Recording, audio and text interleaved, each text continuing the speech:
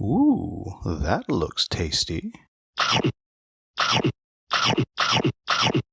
Welcome folks, Today the Hungry Gamer is back with another mini preview. Today we're talking about Dicey Devices, designed by Daniel Kim with art by Adin Milo and published by Origami Whale. And what this game is this is a 1 to 4 player competitive game of Mad Science Street. Is that a word? Mad Science Street? And I was excited to check it out because I have a soft spot in my heart for mad science. One of my favorite games from last year was Collab, which is all about mad scientists who are down on their luck and they're working in a shared workspace.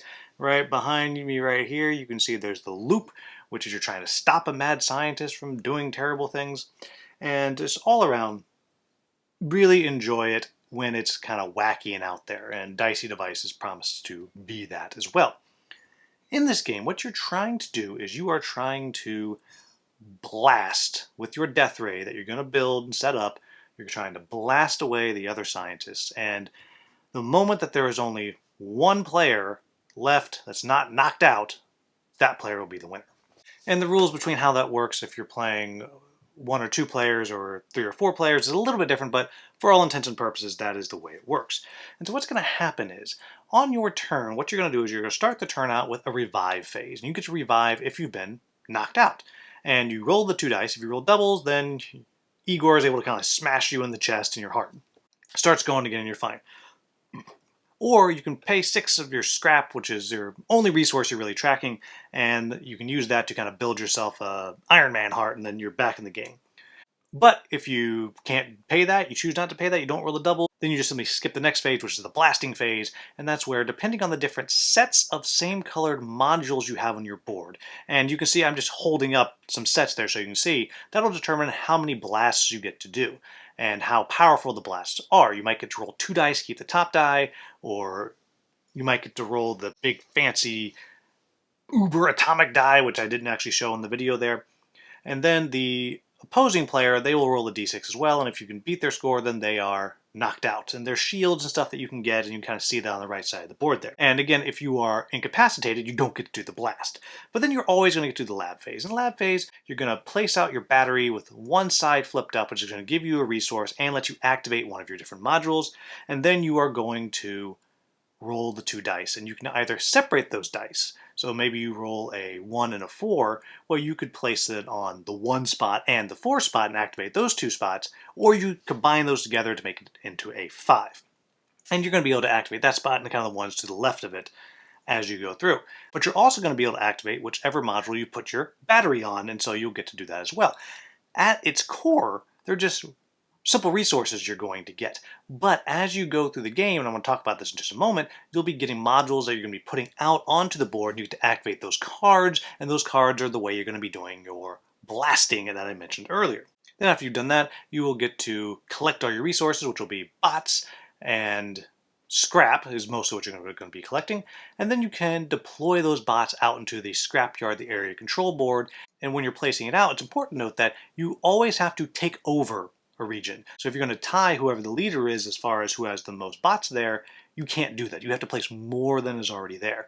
Then when it comes time to evaluate the different regions, whoever is in first place can either buy the card that is there, so they'll pay the scrap for it, and then they can place it into their tableau, or they can just get a scrap. And you'll see around the board there's some different power-ups that can get placed in the different scrapyard regions, and they can get replaced as you're going back and forth through the game. And then that's the end of your turn, you move on to the next player. So with that said, what do I like about this game? As I said, I like the theme, it's kind of a fun thing. I like the mad scientists going after each other. I always enjoy that.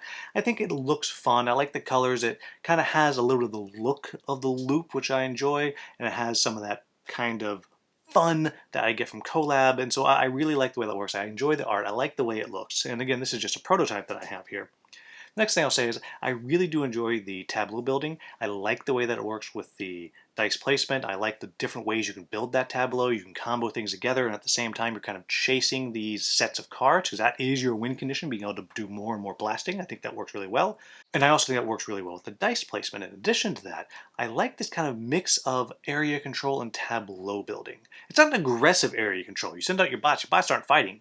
And there are some tableau cards that let you do different things, break the rules of the bots, but in general, you're just kind of putting them out there.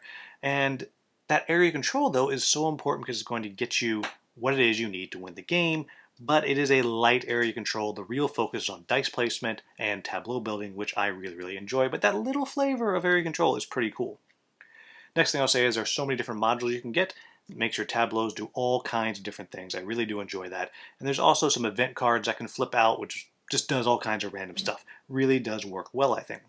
Next thing I'll say is I do kind of enjoy that this is a Euro game that's not based on points. This is an instant win condition. You don't see a lot of those. So that brings me to what are my quibbles with the game? Well, the first thing is there's no points. You can have the best tableau, do all kinds of cool stuff, get all kinds of bots, win all kinds of area control things, and just roll crappy. And you get blasted and knocked out, and you get stunned. You can't wake back up. You have to spend your scrap to wake up.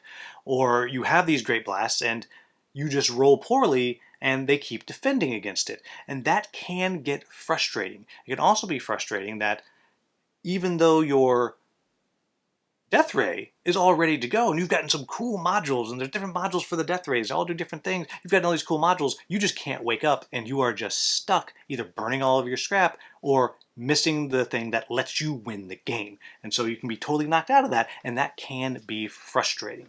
Next thing I'll say is there is a lot of value placed on those dice rolls. What are you able to activate? How are you going to do that? And at the end of the day, there's not really any mitigation for it. There is some when you're talking about the blasting and the defense and all that, but in general, there's not a ton of mitigation for the dice rolls. And so again, if you are anti having your entire fate determined by dice, then you are not going to enjoy a lot of this game sometimes. Because when dice are going well, they're going well, and it's always all kinds of fun. And the last thing I'll say is, to me, this is a game that is satisfying at 3 or 4 players. Mostly. Because when you're playing at 2 players, it's just well, you're going to blast, and if you can get lucky early on and you can knock somebody down early on, you might just be done. And yes, they do get a chance to revive on their... Instantly, they get to try to do a revive. And if they succeed, then you keep going. If not. But to me, it's just not as satisfying. So 3 and 4 is where it's really interesting. But then, of course, you have the issue of people ganging up on each other. Or 2 players ganging up on 1. Or 3 players ganging up on 1. And because of the way that it's not permanent elimination, it's not as bad as that sounds as I say that. But really, because of the way the endgame works, I really think you need at least 3 players in this, and then you still have sometimes that weird kind of gang up thing that can go on. But there you have it, folks. That is Dicey Devices. I think it's doing something very clever with its mix of area control and tableau building. I love tableau building. I really like dice placement, so it's really kind of designed for me as far as that goes, and I think that part of the game works really well. I think if you're thinking about this game, you really need to look hard at that in-game condition. It's really fun blasting people with your death ray. It may or may not be fun to you that is the in-game condition, especially because there's not a lot of mitigation that goes with those dice, and you might argue, well, heck, they have all these sets, they are rolling all these different dice and doing all these different things, they deserve to blow me out of the water, and that is true, except for the time that they roll all 1s and 2s and you roll all 5s, and then they have this huge death ray that does nothing as you defend yourself with a paperclip. So if that, right there, that crux does not sound fun to you, then this is not going to be a game for you. If that does sound fun and exciting to you, and you're into dice placement and tableau building like me, then you're really going to, I think, enjoy this game. But there you have it, folks. Thank you to Origami Whale for sending me this prototype so I could check this out. As always, if you found this video useful, please like, subscribe, share, maybe become a channel member. As always, thank you so much for watching. Have a wonderful, wonderful day.